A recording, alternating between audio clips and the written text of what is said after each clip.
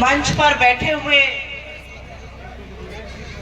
हमारे और आपके बेहद लोकप्रिय सांसद, CWC मेंबर और मेरे लिए परम सम्मानित श्री तारिक अनवर जी, AICC के सचिव और मेरे गृह राज्य उत्तर प्रदेश में बड़ी शिद्दत से काम संभाल रहे भाई तौकीर आलम जी, आपके लोकप्रिय जिलाध्यक्ष श्री सुनील यादव जी, मोहनलाल अग्रवाल जी, बहुत बढ़िया मंच संचालन कर रहे और इतनी बढ़िया उर्दू बोल रहे कि मुझे लखनऊ की बार बार याद आती है, आले रसूल जी, भाई आफ्ताब आलम जी और इस पूरे सम्मानित मंच को सबसे पहले तो मेरा नमस्कार। और यहाँ पर आई हुई बेहद सम्मानित जनता को, मेरी बहनों को, मेरे भाइयों को और पितातुल बुजुर्गों को मेरा इस्तकबाल। आज बात शिक्षा पर करनी है तो जाहिर है कि बात युवा पर होगी, और अगर बात युवा पर होगी तो एक लाइन से शुरुआत करती हूँ। तलवारों की धारों पर इतिहास हमेशा बनता है, जिस ओर जवानी मुड़ती है उस ओर जमाना मुड़ता है। बिहार जब चुनाव के मुहाने पर आकर खड़ा हुआ है तो जाहिर बात है कि बात बिहार की होगी, बात आपकी होगी, बात शिक्षा की होगी, बात स्वास्थ्य की होगी, बात रोजगार की होगी। और सामने वाला बात करना चाहता है हिंदू मुसलमान की, सामने वाला बात करना चाहता है नफरत की, सामने वाला बात करना चाहता है घृणा की। लेकिन हमने भी मन बना लिया है, इस बार बिहार में बात होगी आपकी, आपकी औलादों की, उनके भविष्य की, उनके रोजगार की, उनकी शिक्षा की, आपके स्वास्थ्य की, और उससे हम मुद्दा भटकने नहीं देंगे।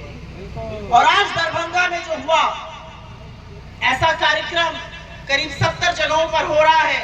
और शिक्षा पर आगे बात करने से पहले मैं 2 मिनट आपको बताना चाहती हूँ।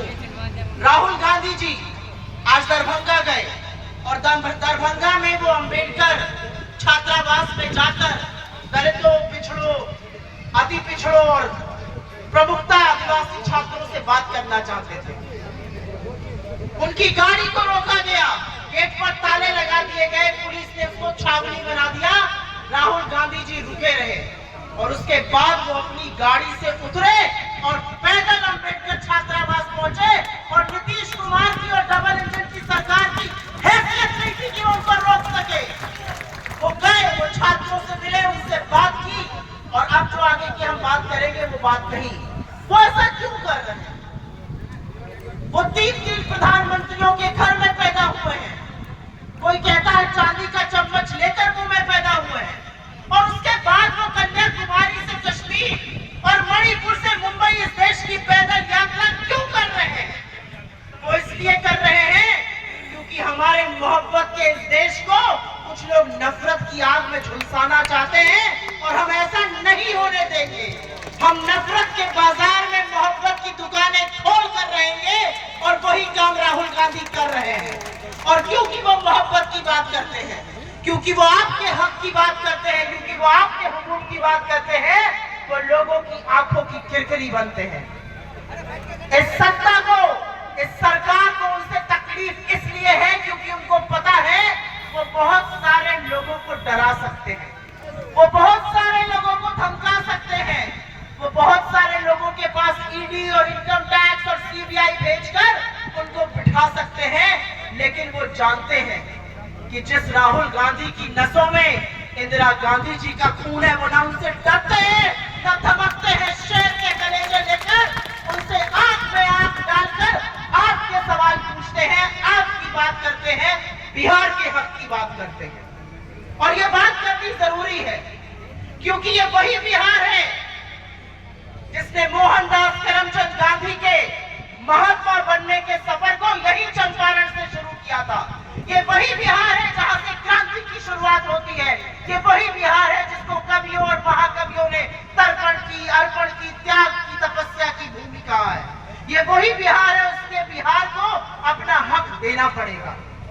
20 साल से सरकार है, 20 साल से मुख्यमंत्री है।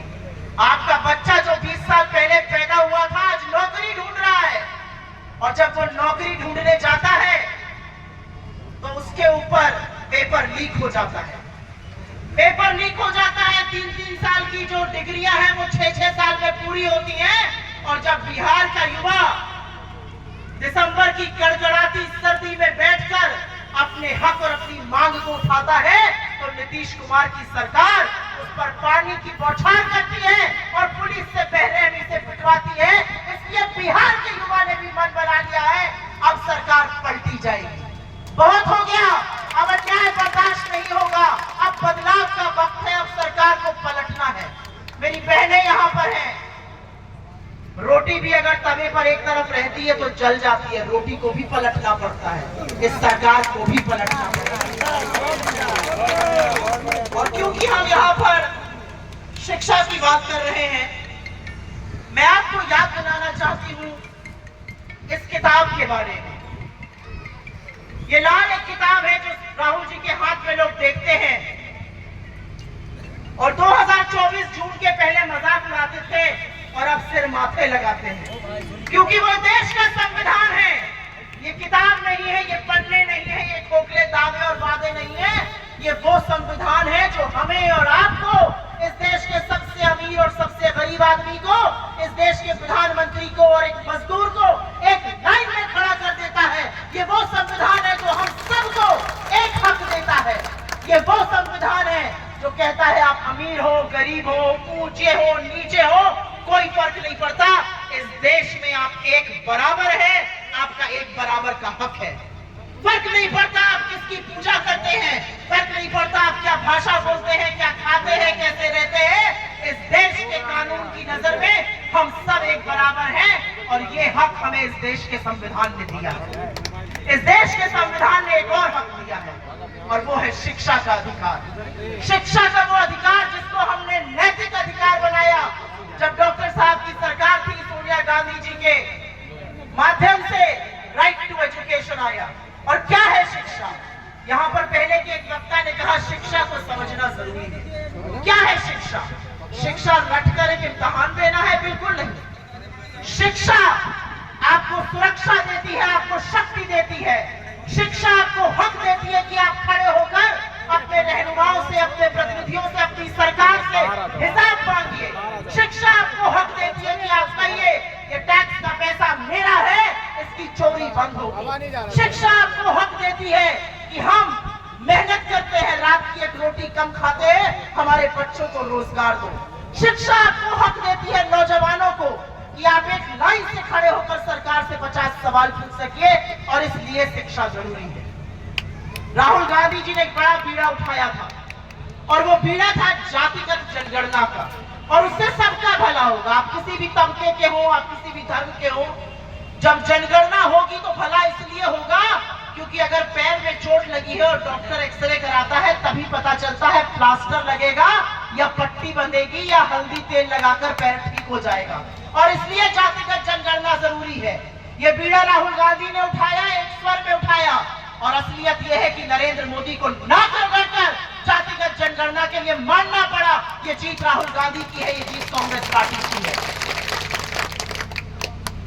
जातिगत जनगणना हो जाएगी, अच्छी बात है, कुछ सच सामने आ जाएगा, उसके बेसिस पर नीतियां बनेंगी। लेकिन ये कौन लोग हैं? 80-90% लोग इस देश में या तो गरीब है या पिछड़े तबकों के हैं या आदिवासी है या दलित है। उनके हक का क्या? वो कहां है सत्ता में, वो कहां है संसाधनों में? जो बड़े बड़े मीडिया चैनल जिनकी बार बार यहाँ पर बात हो रही थी, और ये सच है, मैं बहुत सारे मीडिया चैनलों में बैठती हूँ, उनमें कोई डिबेट नहीं होता शिक्षा पर, उनमें कोई डिबेट नहीं होता रोजगार पर, उनमें कोई डिबेट नहीं होता महंगाई पर, उनमें कोई डिबेट नहीं होता स्वास्थ्य पर, क्योंकि वहां पर बैठे हुए लोगों को ढेले का फर्क नहीं पड़ता कि आपको शिक्षा मिल रही है या नहीं मिल रही है। और इसलिए जरूरी है कि 50% आरक्षण की लिमिट को खत्म किया जाए, और राहुल गांधी ने इस देश से वादा किया है उस लिमिट को हम उखाड़ फेंकेंगे और वो करके दिखाएंगे। हमारी सरकार ने संविधान के आर्टिकल 15(5) में कहा निजी संस्थानों में नौकरी के लिए और शिक्षा के लिए आरक्षण होना चाहिए, चाहे वो गरीब मुसलमान हो या पिछड़े मुसलमान हो या पिछड़े हिंदू हो, अति पिछड़े हो, दलित हो, आदिवासी हो, उनको आरक्षण मिले। और उसी बात को आगे बढ़ाने के लिए आदिवासियों की, दलितों की, पिछड़ों की, अति पिछड़ों की बात को आगे बढ़ाने के लिए हमारा मानना है 15/5 लागू हो। और बिहार की सरकार से सवाल पूछना है, 8,800 करोड़ रुपए का बजट आया दलितों के लिए, आदिवासियों के लिए, पिछड़ों के लिए, गरीबों के लिए, कहां गया वो बजट? आज क्यों महेशपुर की जनता को वो सुविधाएं नहीं मिल रही है जो मुंबई में मिल रही है, वो सुविधाएं नहीं मिल रही है जो बड़े बड़े शहरों में मिल रही है? क्योंकि आपकी सरकार ने उस पैसे को खा लिया। आज सवाल है कि अगर 4,63,000 सरकारी नौकरियां बिहार में खाली पड़ी हैं, उन नौकरियों को क्यों नहीं भरा जा रहा है? आज सवाल है कि अगर विश्वविद्यालयों में 50% टीचर ही नहीं है तो पढ़ाएंगे कौन और पढ़ेगा कौन? आज सवाल है कि जब दुनिया क्रांति की और एआई की और कंप्यूटर की बात कर रही है, 80% से ज्यादा बिहार के स्कूल में कंप्यूटर नहीं है। और इसलिए हम शिक्षा की बार बार बात करेंगे, क्योंकि शिक्षा वो रीढ़ की हड्डी है, शिक्षा वो नींव है जिसके बलबूते पर हम और आप आज खड़े होकर बात करने लायक बने। और जरूरी है कि ये देश पढ़े और बढ़े। पर कभी कभी लगता है ऐसा ये सरकार क्यों कर रही है? सरकार बजट कम करती है शिक्षा का, बिहार की सरकार शिक्षा को लागू नहीं करती है, तथाकथित डबल इंजन की सरकार है। और उसका जवाब है मेरे पास, पढ़ेंगे आप तो पढ़ेंगे आप, पढ़ेंगे आप तो सवाल करेंगे आप। तो देश को मंदिर, मस्जिद, हिंदुस्तान, मुसलमान, हिंदू, इसी में उलझाए रखो।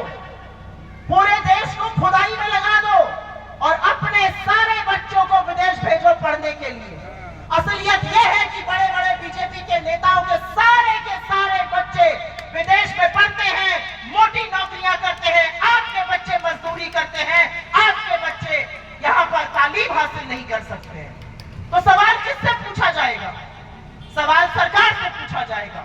और सरकार से इसलिए पूछा जाएगा क्योंकि अगर हिंदुस्तान इस देश का, इस दुनिया का सबसे युवा राष्ट्र है, अगर हमारे यहाँ सबसे ज्यादा युवा हैं और उन युवाओं के पास रोजगार नहीं है, तो उसकी जिम्मेदारी सरकार की है।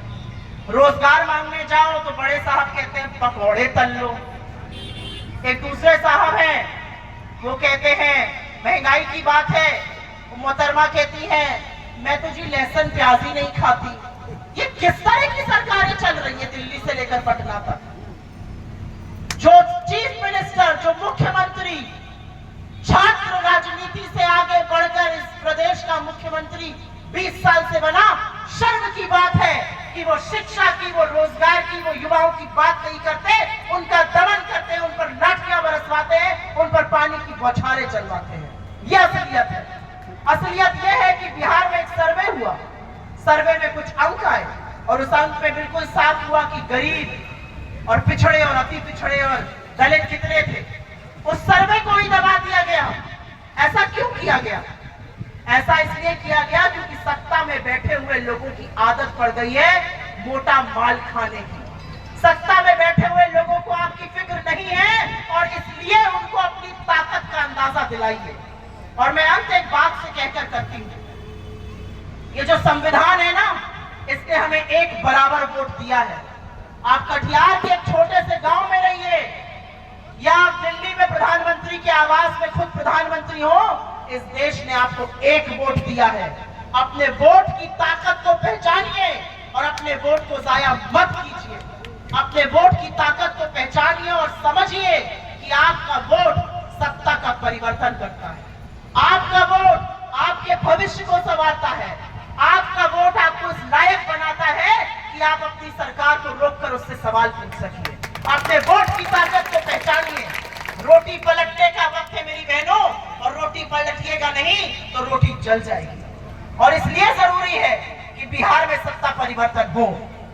और सत्ता परिवर्तन के पहले जब चुनाव की प्रक्रिया शुरू हो रही है, जब प्रचार शुरू हो रहा है, तो तमाम तरह की लफ्ज़बाजी, तमाम तरह की बातें की जाएंगी, लेकिन एक सवाल का जवाब बीजेपी भी नहीं दे सकती, जदयू भी नहीं दे सकती।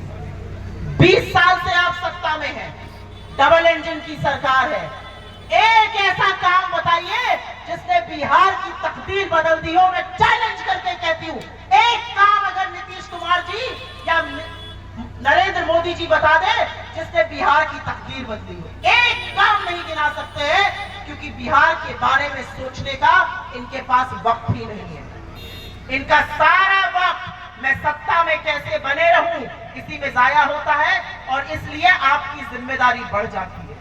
मैं अपने पिता तुल्य बुजुर्गों से, माओं से, बहनों से और खास तौर से यहाँ पर आए हुए युवाओं से कहना चाहती हूँ, बिहार में मन बना लिया है, बिहार परिवर्तन करने वाला है, बिहार में बदलाव की बयार बह रही है। आपको उसका हिस्सा बनना है और उस बयार को आंधी और तूफान में आपको बदलना है, और वो काम सिर्फ और सिर्फ आप कर सकते हैं। आपको राहुल गांधी के हाथों को मजबूत बनाना है, आपको तारिक अनवर साहब को आपने चुनकर भेजा, उनकी आवाज को और बुलंद करना है। आपको यहाँ की सरकार बदलनी है जिससे कि आपके आने वाले दिन, आपके आने वाले बच्चों का भविष्य संवर सके। मैं बिहार की आज एक तस्वीर देख रही थी और उसी से कहकर अपनी बात का अंत करती हूँ। और बिहार की धरती पर हूँ तो दिनकर एक बड़े फेमस यहाँ के कवि हुए, उनकी एक लाइन है, तो रात समय के घर का धड़ नाद सुनो, सिंहासन खाली करो कि जनता आती है। शाम को 6:30 बजे अगर आप यहाँ खड़े होकर हमारी तारिक अनवर साहब की, कांग्रेस के तमाम नेताओं की बात सुन रहे हैं, तो मुझे पता है कि आपने भी परिवर्तन का मन बना लिया है। एक बार जोर से दोनों हाथ उठाकर बताइए, परिवर्तन होगा कि नहीं होगा बिहार में? वोट शिक्षा पर पड़ेगा या नहीं पड़ेगा बिहार में? बिहार में रोजगार की बात होगी या नहीं होगी? बहुत बहुत धन्यवाद, आपने मेरी बात सुनी। आने में विलंब हुआ उसके लिए हाथ जोड़ के आपसे माफी चाहती हूँ। आपने मेरी बात सुनी, हमारे नेताओं की बात सुनी और बहुत शांति से सुनी, उसका आपका बहुत बहुत शुक्रिया। बहुत दूर से आई हूँ, राहुल गांधी की मोहब्बत का पैगाम लाई हूँ, और आपसे वादा करती हूँ, नफरत के कितने भी बाजार खुल जाए, हम मिलकर मोहब्बत की दुकान जरूर खोलेंगे। बहुत बहुत धन्यवाद। जय हिंद। कार्यक्रम की समाप्ति की घोषणा की जाती है।